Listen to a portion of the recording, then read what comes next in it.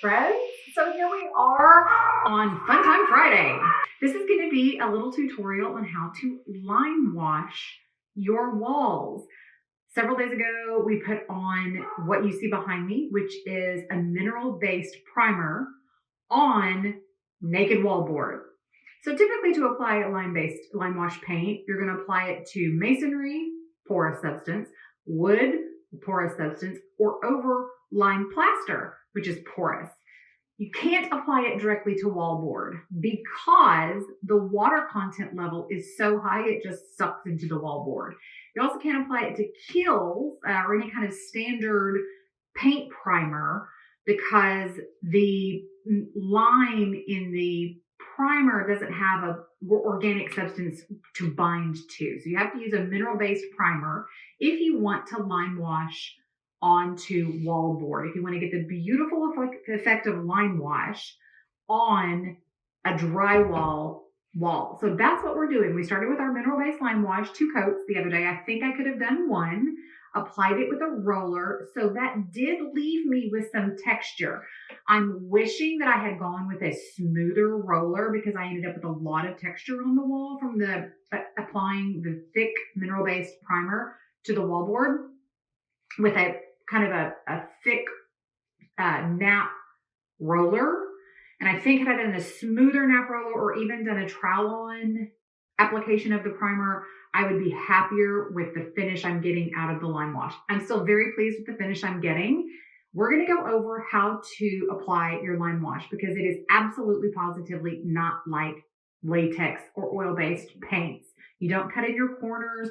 You don't work up, down in those standard vertical motions that we do. It's very much like a 2-year-old being let loose with a paintbrush. That's how you do. You want to create wide, flowing, organic patterns. I say you want to paint big puffy clouds on your walls.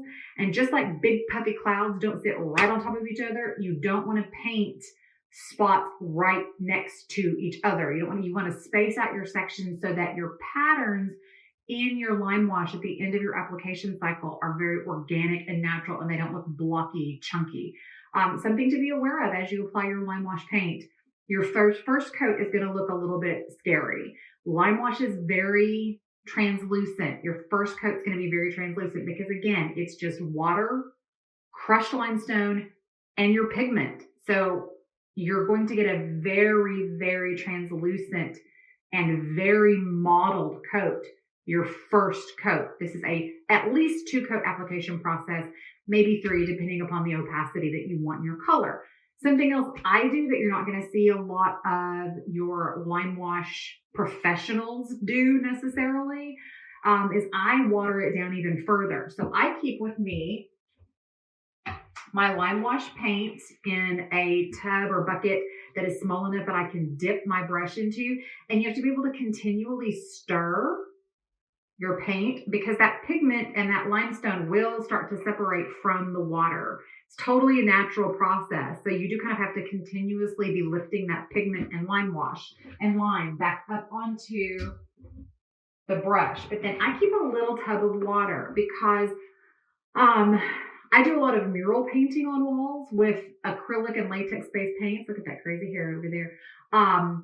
And one thing I like to do is create a real watercolor effect. And the way to do that is to continually water down the paint, and that allows the paint to work much more smoothly on the surface.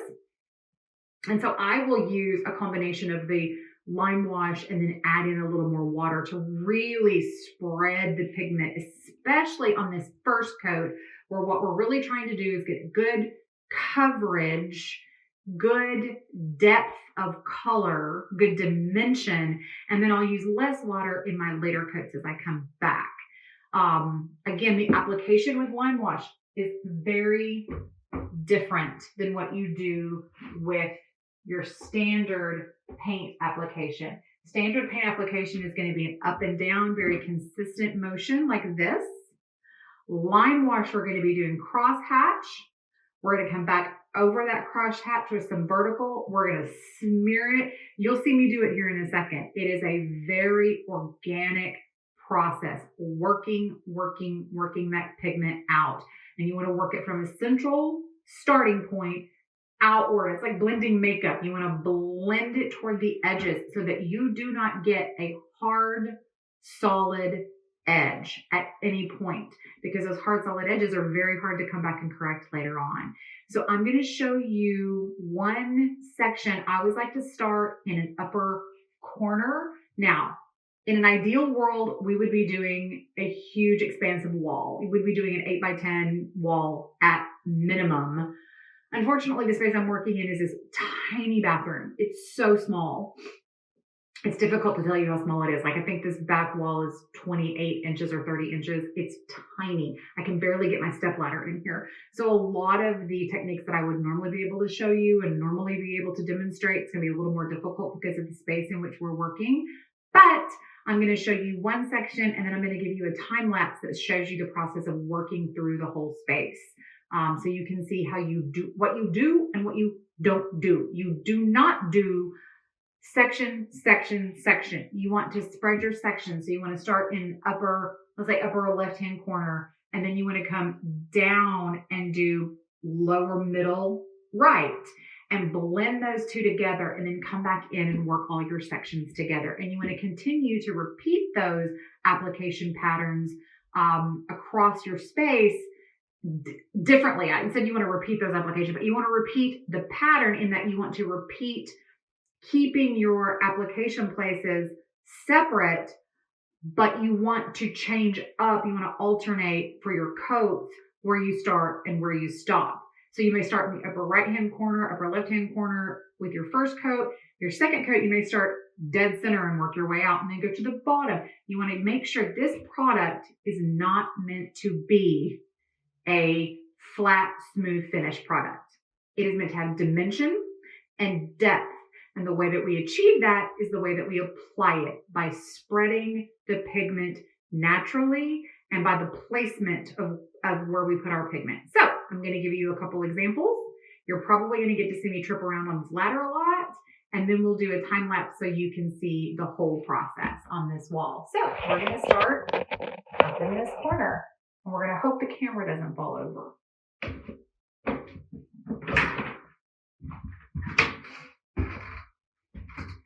Ooh, it's spooky Halloween paint. Just for you guys watching this later on in life, this is being filmed the day before Halloween. So we're going to dip our paint, our brush into the paint. We're going to wring it out really thoroughly. This paint, I will show you, this paint is, it's water. Can you see it running off? Like before I even get the brush up, it's dripping off. That's because it's water. And so you're working with a water-based paint. If you get too much on your brush, you're going to be chasing runs. So you're going to start with that on your brush. Let's start in this upper corner, and we're going to start our application. You see, very organic. Now, do you see how I'm getting a little more chunky lines there than I want? I'm going to take a little bit of my water. I put just the tips of my brush into the water. And it really starts to spread that pigment fully. Now you'll notice I'm not cutting in my corners. I'm dragging my brush close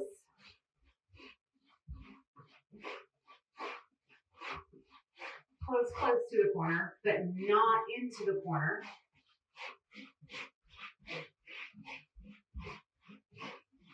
And then I'm going to take my brush when it's almost dry and run it down the corner. And then I'm going to work it out.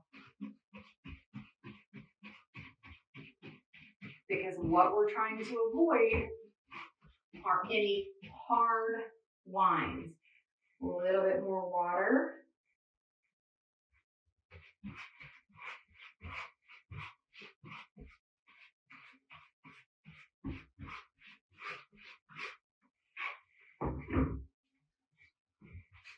Same thing up here.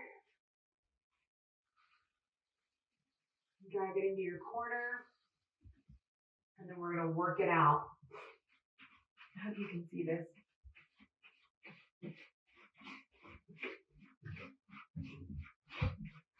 I'm going can chase some of these streaks. Just keep working them.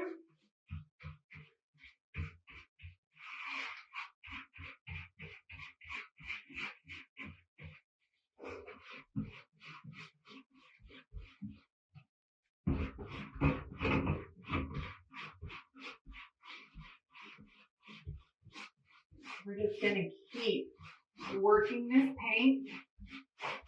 You can see how fast it goes on though. It goes on really quickly. This is not a long application process. Looking for like big spaces. This is heaven.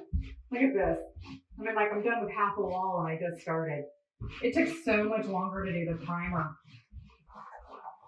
But this is what, see how that you were getting a little bit of a hard line right there? That's what you don't want. You don't want to leave hard lines at the edge. You want them to be very soft. You want them to look like you're leaving little feathers.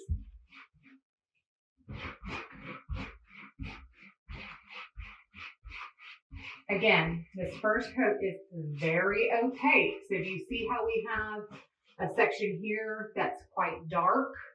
And we have sections here that are lighter. And you have sections here that are lighter.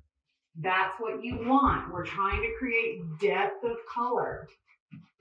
If you want an opaque paint, don't use Limewash. Use latex.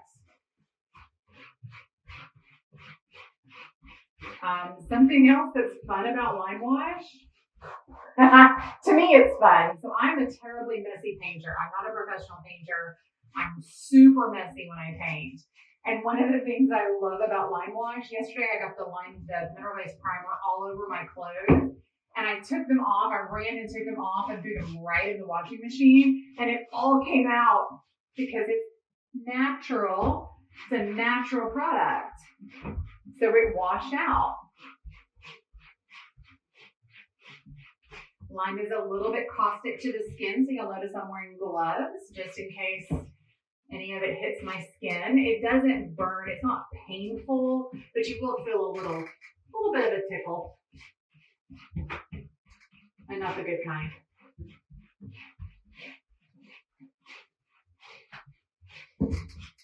So now I have this huge section done. You would think, theoretically, with other paint, that I would go and do that section, right? That looks like where we should go next, but it's not.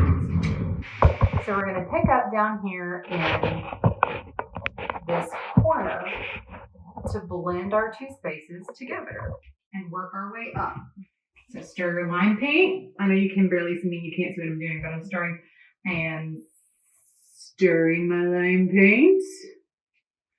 Picking up that pigment on the end of the brush. And I'm going to start right here. Same thing.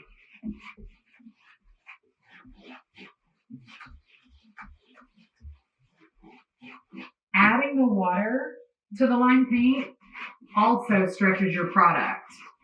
Lime paint is expensive. This 1 gallon was $96. Now, I will tell you, so far, I've done the first 2 walls in the bathroom and half the ceiling, and I haven't even used 1/8 of a gallon. So it's going to go a long way, but it is expensive. So if you put a little extra water and work your paint, move your pigment a little bit more, you're going to get a lot more coverage out of your lime paint. And I'm sure the lime paint people don't want to hear me say that. But my job is to make sure that you get the most bang for your buck. And then I'm giving you good advice. I'm giving you proper advice. I'm not here to sell you product. I'm here to show you how to make your home beautiful. So see, I just quickly drug up that edge. Quick in the edge with a nearly dry brush. And then I'm working that in. More cross hatching, feathering it out. Working it in. Back down to the bottom to work these edges.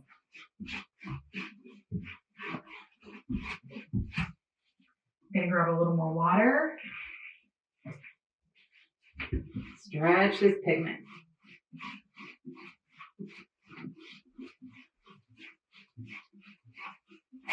Be cognizant too when you're working of your eye lines.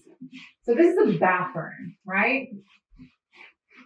So here is going to be behind the sink.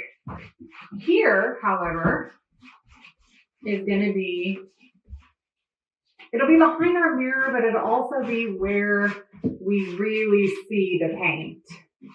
Like this is where people, guests who come in to use this powder room are going to be looking square at this paint.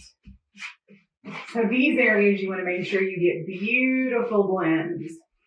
You want that watercolor finish really smooth and beautiful right here.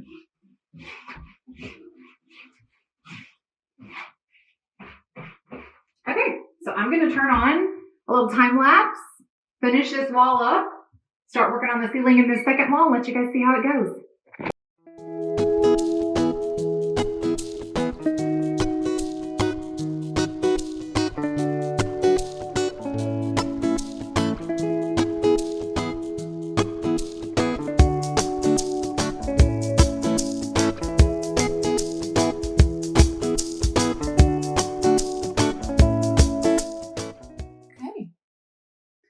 So we now have our first coat application on the entire wall and ceiling.